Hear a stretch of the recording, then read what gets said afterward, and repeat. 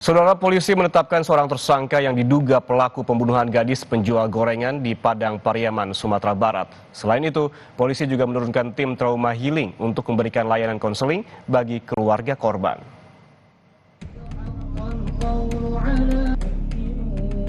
Polda Sumatera Barat menggelar tahlilan 7 hari pasca dimakamkannya gadis penjual gorengan yang tewas dibunuh di Kabupaten Padang Pariaman, Provinsi Sumatera Barat. Selain tahlilan, Polda Sumbar juga memberikan trauma healing dengan membuka layanan konseling bagi keluarga. Konseling lebih difokuskan untuk ibu korban yang hingga saat ini masih menyimpan duka mendalam karena kepergian korban. Layanan konseling trauma healing ini akan terus dilanjutkan jika masih diperlukan. Rekan kami membawa tim trauma healing dari Bab Psikologi Polda Sumbar. Itu berapa tim yang kita turunkan, Pak? Tim trauma healing, dan untuk giat kita ada 2 ini, yasinan, tahlilan, dan trauma healing. Itu trauma healing akan dilakukan berapa lama, Pak? Apakah akan berlanjut atau siapa? Lihat perkembangannya, nanti bisa juga berlanjut atau kalau memang 1 kali cukup. Sementara itu, polisi menetapkan seorang tersangka yang diduga pelaku pembunuhan penjual gorengan. Tersangka bernama Indra Septiarman diketahui merupakan warga kampung tetangga korban. Meski sudah menyandang status tersangka, polisi belum menerbitkan status DPO.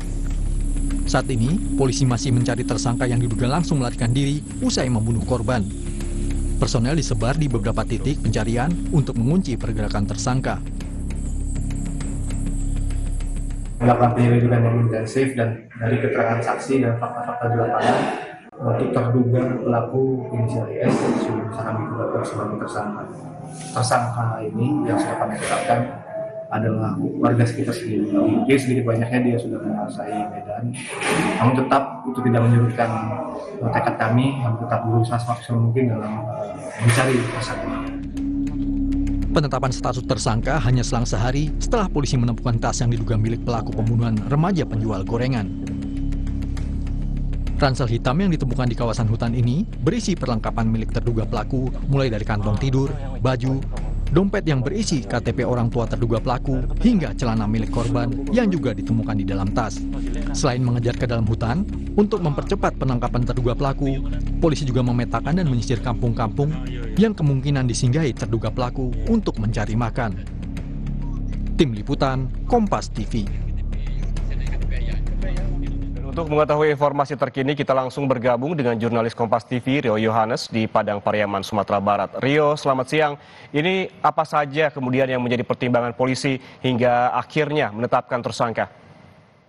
Ya, Ian dan juga saudara, penetapan tersangka ini berdasarkan adanya keterangan dari saksi-saksi yang sudah diambil oleh pihak kepolisian.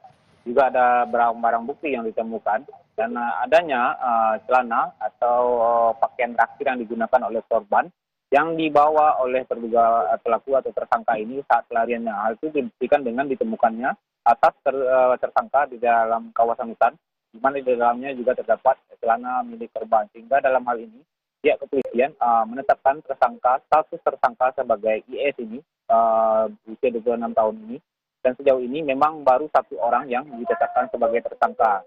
Dan tidak tertutup kemungkinan nantinya akan muncul tersangka baru jika nanti IS ini berhasil ditangkap dan ia bisa dimintai keterangan. Demikian, Ian. Ya, pelaku telah ditetapkan sebagai tersangka, namun ini masih buron. Lalu bagaimana perkembangan pengajaran pelaku dan apakah posisinya sudah diketahui oleh polisi? Ya, Ian, untuk posisi pelaku itu terakhir pada Senin pagi kemarin itu ditemukan ada warga yang melihat terduga pelaku turun mendekati kawasan kampung. Pelaku ini terlihat sudah dalam kondisi acak-acakan, tanpa baju, hanya memakai celana pendek saja. Dan ini memang dia melihat aktivitasnya, terlihat oleh warga pelaku ini, tersangka ini langsung lari lagi ke kawasan hutan. Tersangka ini terlihat di kawasan Jorong, Padang Kabau, di sana masih dalam kecamatan 2x11 Kayu Tanam, Kabupaten Padang Pariaman, Provinsi Sumatera Barat. Dan berdasarkan temuan terakhir ini, pihak kepolisian itu memfokuskan pencarian di kawasan tersebut dan lebih diintensifkan. Hingga tadi malam itu pihak kepolisian termasuk Kapolres dan juga Kasat Reskrim itu berada di kawasan hutan untuk ikut membantu proses penangkapan terduga tersangka ini. Namun memang hingga siang hari ini tersangka ini masih belum dapat ditangkap. Demikian, Ian.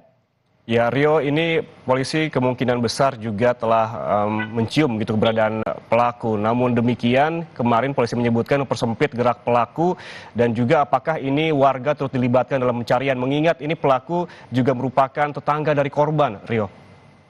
Ya, untuk keterlibatan masyarakat dalam proses pencarian, seperti yang kita ketahui bahwasannya pelaku ini atau tersangka ini adalah masyarakat yang kampung sebelah dari kampung korban.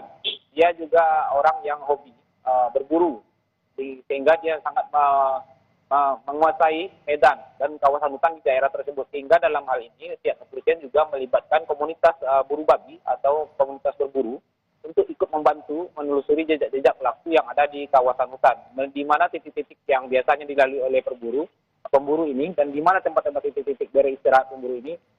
Untuk mengetahui itu, pihak kepolisian melibatkan komunitas buru babi di Kabupaten Padang Pariaman.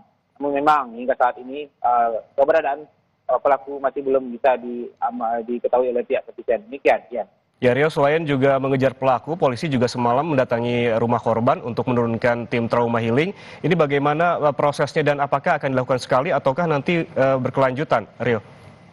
Ya, untuk trauma healing itu memang kemarin itu dari Polda Sumbar menurunkan tim untuk melakukan tahlilan 7 hari pasca dimakamkannya korban. Dan selain tahlilan, memang personil juga memberikan layanan konseling, trauma healing, merupakan konseling kepada pihak keluarga korban. Terutama yang diintensifkan adalah kepada ibu korban, karena memang hingga saat ini korban masih menyimpan luka mendalam kepergian dari korban ini. Dan untuk hasil asesmen memang belum disampaikan. Jika memang nantinya dibutuhkan secara berkelanjutan, maka akan kembali diturunkan tim untuk melakukan konseling kepada keluarga korban, tidak hanya kepada ibu, juga kepada adik dan juga neneknya yang rumahnya saat ini dijadikan sebagai rumah duka. Demikian, ya. Baik, pengejaran terhadap pelaku masih dilakukan hingga saat ini dengan mempersempit ruang gerak dan juga melibatkan warga untuk mempercepat penangkapan dari pelaku. Terima kasih jurnalis Kompas TV Rio Yohanes melaporkan langsung dari Padang Pariaman, Sumatera Barat.